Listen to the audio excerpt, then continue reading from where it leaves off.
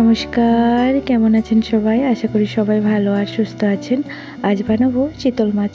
তো চিতল মাছগুলোকে আমি প্রথমে ধুয়ে পরিষ্কার করে নিয়েছি।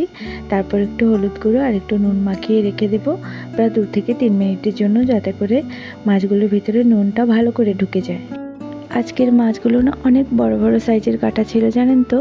তাই ভাবলাম যে মাঝখান দিয়ে একটু কেটে নিই, যাতে করে মশলাটাও ভালোভাবে ঢুকবে।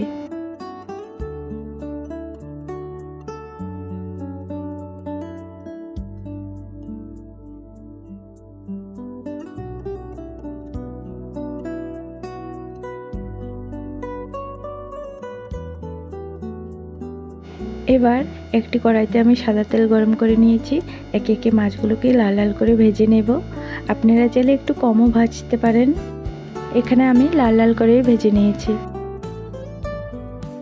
মাছগুলোকে আমি বেশ ভালো করে ভেজে নিয়েছি লাল লাল করে। এবার একটা প্লেটে নামিয়ে নেব।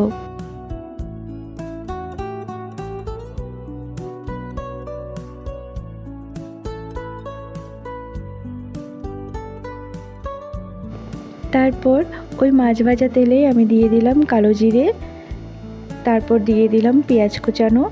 একটু ভালোভাবে নেড়ে চেড়ে দিয়ে দেব বেটে রাখা মশলা।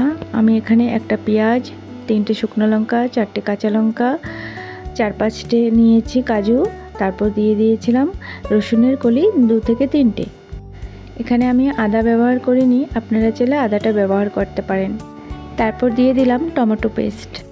আমি 2টো টমেটো পেস্ট করে নিয়েছিলাম। তারপর দিয়ে দেব পরিমাণ মতো হলুদ গুঁড়ো, 1 চামচের মতো কাশ্মীরি লঙ্কার গুঁড়ো, পরিমাণ মতো নুন, আর দিয়ে দেব কাসুন্দি।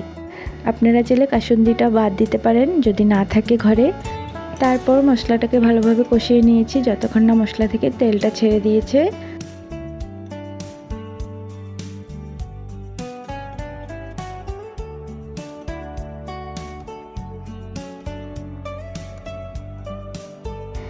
দেখতেই পাচ্ছেন মশলাটা ভালোভাবে কষানো হয়ে গেছে, মশলা থেকে তেলটাও বেশ ছেড়ে দিয়েছে। এই স্টেজে আমি দিয়ে দেব গরম জল, যতখানি গ্রেভি লাগবে।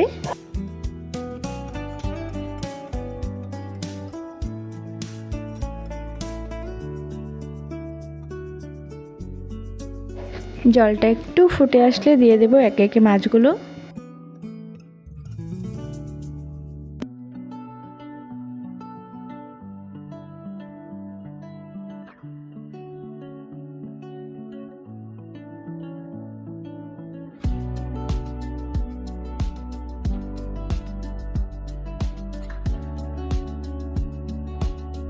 মাছগুলো দিয়ে ঢেকে রেখে দিয়েছিলাম প্রায় 4 থেকে 5 মিনিটের জন্য।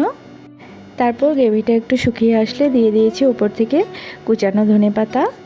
ব্যাস রেডি আজকে চিতল মাছের ঝাল। ভিডিওটা কে কোথা থেকে দেখছেন নিশ্চয়ই জানাবেন কিন্তু। আর আজকের রান্নাটা কেমন হয়েছে সেটাও জানাবেন কিন্তু কমেন্ট করে।